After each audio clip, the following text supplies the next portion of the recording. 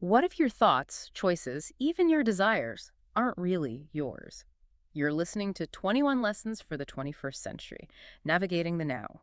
Today, we take a critical look at the concept of liberty in the digital age and explore whether free will can survive a world ruled by algorithms.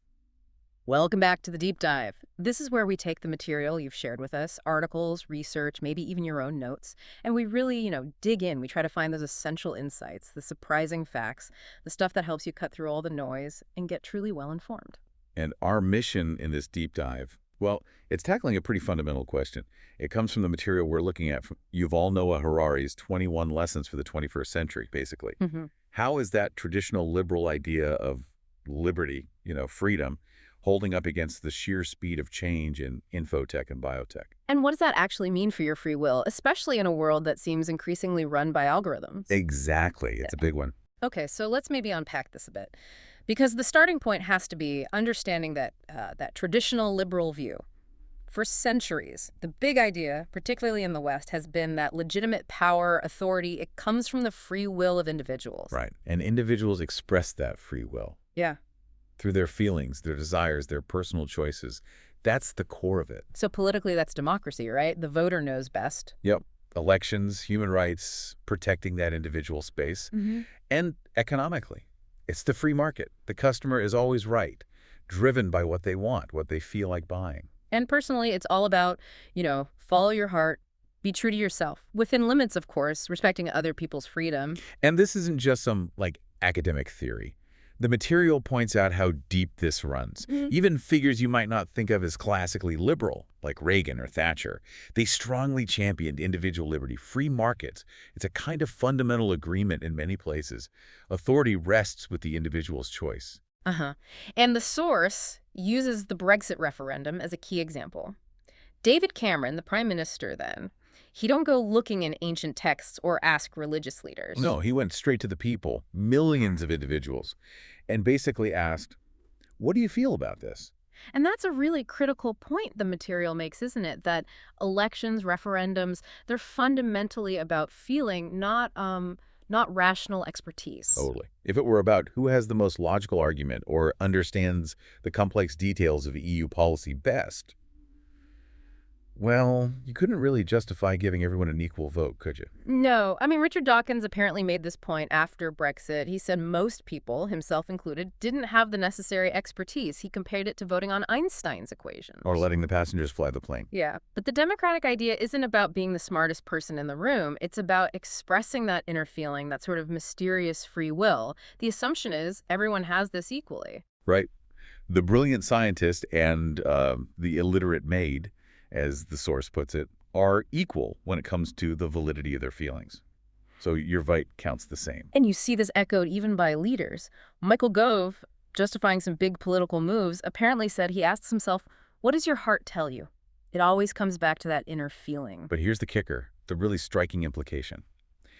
If this whole system, voting, markets, relationships, maybe is built on us following our feelings, what happens when technology gets good enough to hack those feelings? Yeah, that reliance on the heart, on that inner compass. Yeah. It suddenly looks like a huge vulnerability, doesn't it? The Achilles heel of liberalism. Because if someone, whether it's government or a huge tech company, can figure out how to manipulate your feelings reliably, democracy could just become, an emotional puppet show. Which kind of sets the stage for this potentially massive shift in where authority comes from. Yeah, historically, authority was mostly seen as divine, right? God, the gods, whatever.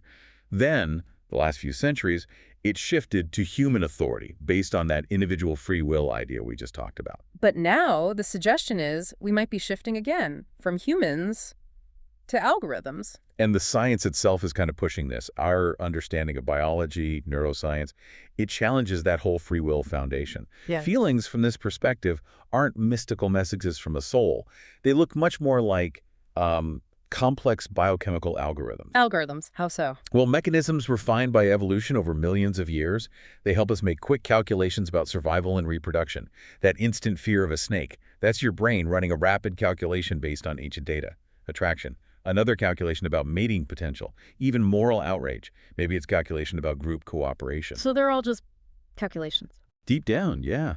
And we feel like we have this mysterious free will because we're not consciously aware of the billions of neural computations happening underneath. We just experience the end result, the gut feeling, the opinion, the desire.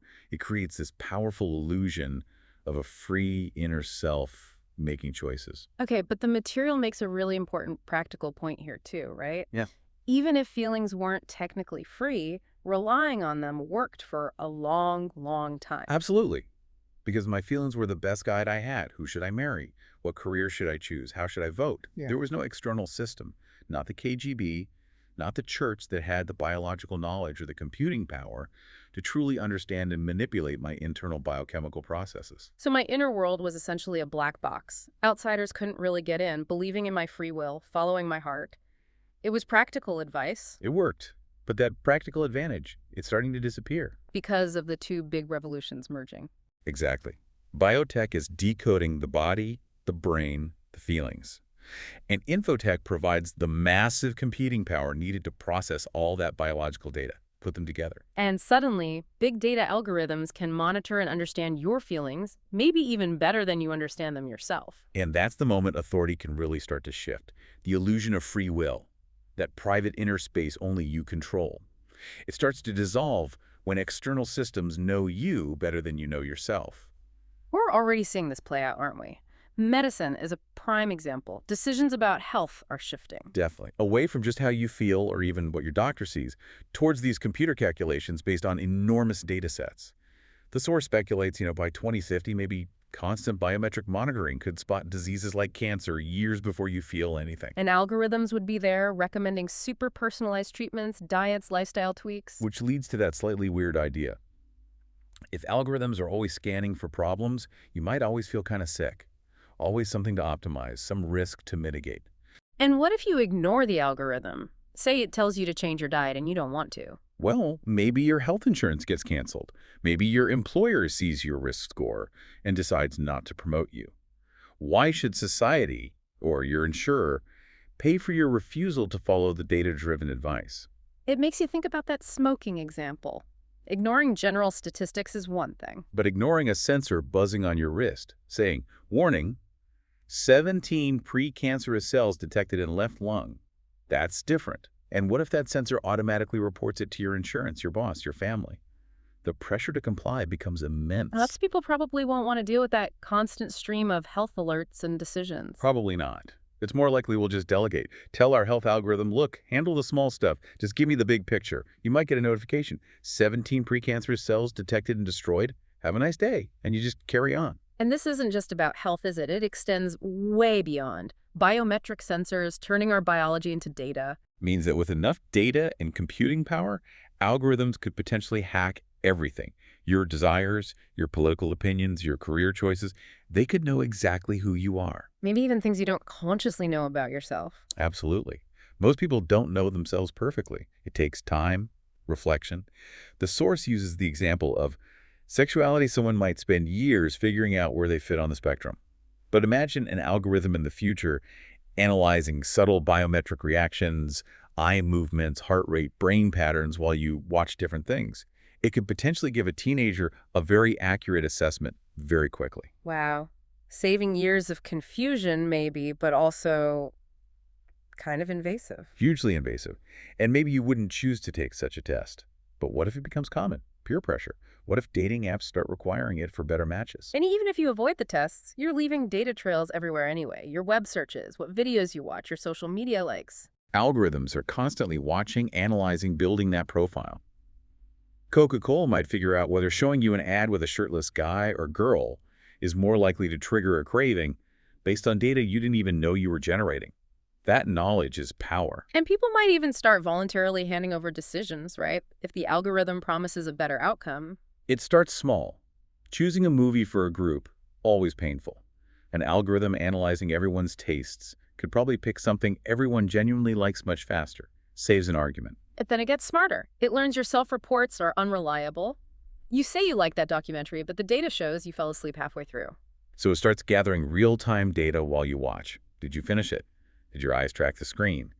Then add facial recognition for emotional cues. Then add biometric sensors, heart rate, blood pressure, even brain activity via some future wearable. The Pulp Fiction example is kind of disturbing. The idea that sensors could tell if you were genuinely aroused by violence or faking a laugh at a joke, things humans can't easily detect in each other, or even themselves sometimes. Yeah. The sensors would know your true, visceral reaction. It flips the meaning of television from seeing afar to being seen from afar. And all this incredibly detailed data about your personality, your triggers, your deep preferences. It's not just for movie recommendations, is it? No. The path leads towards algorithms potentially making the really big life decisions for you. What should you study? Where should you work? Who should you marry? Now, hang on. Algorithms aren't perfect. They make mistakes, too. Of course they do. They'll have bugs, biases in the data. They won't predict everything. But, and this is the crucial point, the material stresses, they don't need to be perfect. They just need to be, on average, better than humans. And humans. Well, we make a lot of terrible decisions, don't we? Especially the big ones. We really do. We lack self-knowledge. We're influenced by emotions, biases, bad information, social pressure. The list goes on. Think about how many people choose the wrong career or marry the wrong person based on flawed internal calculations. So the argument is, even a flawed algorithm might make fewer catastrophic errors than the average flawed human. It's like that Churchill quote about democracy. Exactly. The worst system, except for all the others.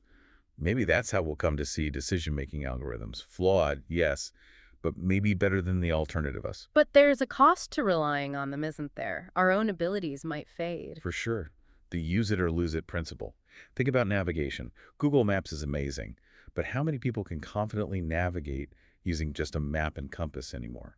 That story about the Japanese tourist driving into the ocean because the GPS told them to. It's funny, but also terrifying, trusting the algorithm over your own senses. It shows how easily we can lose those skills, and decision-making is a skill. Choosing a career, for example. It's incredibly hard for a young person. All the pressure, the lack of information. Right. Parents, friends, media hype, your own fantasies. How many people pick law school then realize they hate arguing, or aim for ballet without the right physique? An algorithm analyzing your aptitudes, personality, millions of career outcomes.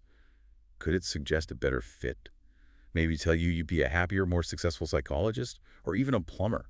So if AI starts making these crucial life decisions for us better than we could, what does that do to our whole idea of what a human life is? Yeah, because for centuries, our stories, our art, our religions, they've all framed life as this drama of choices.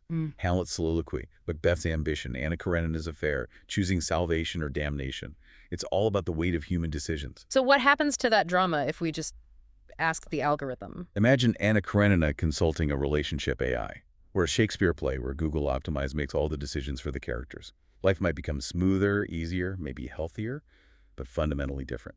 Less dramatic. It leads to that kind of unsettling perspective. Maybe the universe isn't about individuals making choices. Maybe it's just a giant flow of data. And humans are just complex biochemical algorithms within that flow. And our purpose. Maybe just to create an even bigger, faster data processing system, the Internet of all things. That feeling we sometimes get now, like we're just tiny cogs processing emails and notifications in some huge impersonal system we don't understand. Maybe that's actually the direction things are heading. Now, people will push back on this, right? They'll say, okay, maybe algorithms are smart, but they can't handle ethics. They don't have morals. That feels like a strong objection. How can a machine make ethical choices? Well, the counter-argument is interesting. It suggests that maybe algorithms could actually be better at ethics than the average human if we can define ethics precisely enough to code them. This brings us to the trolley problem, doesn't it? The self-driving car dilemma. Exactly. It's no longer just a thought experiment. The car has to be programmed with a rule. Swerve and hit one person, or stay straight and hit 5. Or maybe swerve and kill the owner to save 2 kids. Humans faced with that in real life, we don't usually pull out philosophy books. No, we panic. We rely on gut instinct. Emotion stuff evolved for the savannah, not for high-speed traffic. The source mentions that famous, depressing study. The Princeton seminarians studying the Good Samaritan. And then walking right past a guy groaning in distress because they were told they were running late for their lecture on the Good Samaritan. Their stress overrode their ethics. So human ethical performance under pressure is, let's say, Inconsistent. Massively inconsistent. Millions die in traffic accidents every year, partly because of human emotional failings behind the wheel. Algorithms don't have those emotions. They don't have instincts forged by natural selection. So if you could code, say, Kant's ethical rules into a car, it would just follow them perfectly. Unless programmed otherwise, yes. Consistently, unemotionally, every self-driving car could be a Schumacher-Kant driver, technically brilliant and ethically rigid according to its programmed code. So tech companies are basically turning philosophy into engineering problems. Pretty much. Now, the code won't be perfect. There will be accidents, lawsuits. People might end up suing philosophers whose theories were coded into the cars. Yeah. Imagine that courtroom. But again, the bar isn't perfection. It's just being better, safer, more consistent than humans. Would you rather the car next to you follows a flawed ethical code perfectly or is driven by a teenager who just had a fight with their partner? Point taken. But which ethical code do we choose? Kant, Mill, someone else? Philosophers don't agree. So one idea floated is, let the market decide. Maybe Tesla offers the Tesla altruist sacrifices the owner for the greater good, and the Tesla egoist protects the owner at all costs. You tick a box when you buy. That feels like a horrible choice to have to make. It is. That study showed people want other people to buy the altruist car, but they want the egoist for themselves. Classic human nature. So you're sitting there configuring your new car, safety package, sunroof, ethical priority. Save me, save others. Oof. Yeah. So maybe the state has to step in. Mandate a single ethical code for all autonomous vehicles. Which sounds sensible, but also a bit scary. Lawmakers love the idea of laws that are perfectly enforced. But what if the law, the code, is flawed? Exactly. Historically, the fact that laws couldn't be perfectly enforced provided a kind of safety valve. Bad laws were often ignored or only partially applied. But if a political decision, maybe a bad one, gets coded into millions of perfectly obedient machines, it becomes inescapable, like gravity. Which leads us straight into the really dark territory, digital dictatorships. Right. The fear isn't really AI rebellion, like in the movies. It's AI obedience, absolute obedience to its human masters. So, robot soldiers. They might follow the laws of war better than humans, less likely to commit atrocities out of fear or rage, like my lie. Potentially, yes, if programmed with benign code. But they amplify the code. If the code is cruel, like, say, carrying out ethnic cleansing as policy, like Srebrenica, then perfectly obedient robots would be terrifyingly efficient instruments of that cruelty. No hesitation, no compassion. A dictator with an army of perfectly obedient killer robots, they'd be untouchable. Completely. Forget popular uprisings like the French Revolution or Egypt in 2011. The robots wouldn't switch sides. Forget protesting unpopular wars like Vietnam, like no veteran robots against the war marches. And the surveillance side is just as bad or worse. Far worse. Benign uses are one thing, but the same tech enables a big brother state beyond Orwell's wildest nightmares. Not just watching what you do, but potentially watching what's happening inside you. That biometric surveillance idea, monitoring your blood pressure, your brain activity. Imagine North Korea. You're wearing the mandatory state-issued biometric bracelet. You watch Kim Jong-un on TV. If your bracelet detects subconscious physiological signs of anger or dissent, you vanish the next day. That is horrifying, and this tech won't stay confined to the countries developing it. No way. It'll be copied, sold. Dictators everywhere will want it. The source mentions the Israel-Palestine situation as a kind of early, crude preview of this algorithmic monitoring and control. That Facebook translation error, "good morning," becoming "kill them," leading to an arrest. Even though it was wrong, it shows the potential for automated suspicion and action. It's a glimpse of the future, potentially. Now, historically, democracies often outperformed dictatorships because decentralized information processing was just more efficient. Dictatorships got bogged down. But AI flips that. It might. AI thrives on centralized data. Machine learning gets better the more data you feed it. Suddenly, a state that ignores privacy and gathers everything might have an efficiency advantage. The handicap becomes a strength. And if that centralized system knows everyone so well, it can manipulate their feelings, make them love the leader, hate the enemy. Then resistance becomes almost unthinkable. The conclusion in the material is pretty stark. Democracy, as we know it, probably can't survive this merger of infotech and biotech.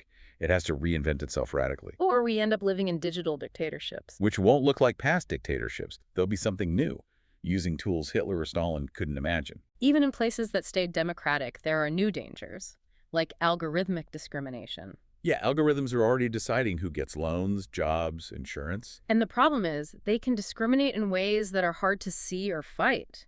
If a human denies you a loan, you can argue. If the algorithm says no, The bank might just shrug. Sorry, the algorithm decided it's too complex to explain why. and it's not necessarily discrimination against a whole group, like women or minorities who can organize. Exactly. It could be discrimination against you personally, Yeah. based on some weird correlation in your unique data profile that nobody understands. We denied your loan because you are you. How do you fight that? Who do you organize with? It's individualized, invisible oppression. And even the leaders, the CEOs, the presidents.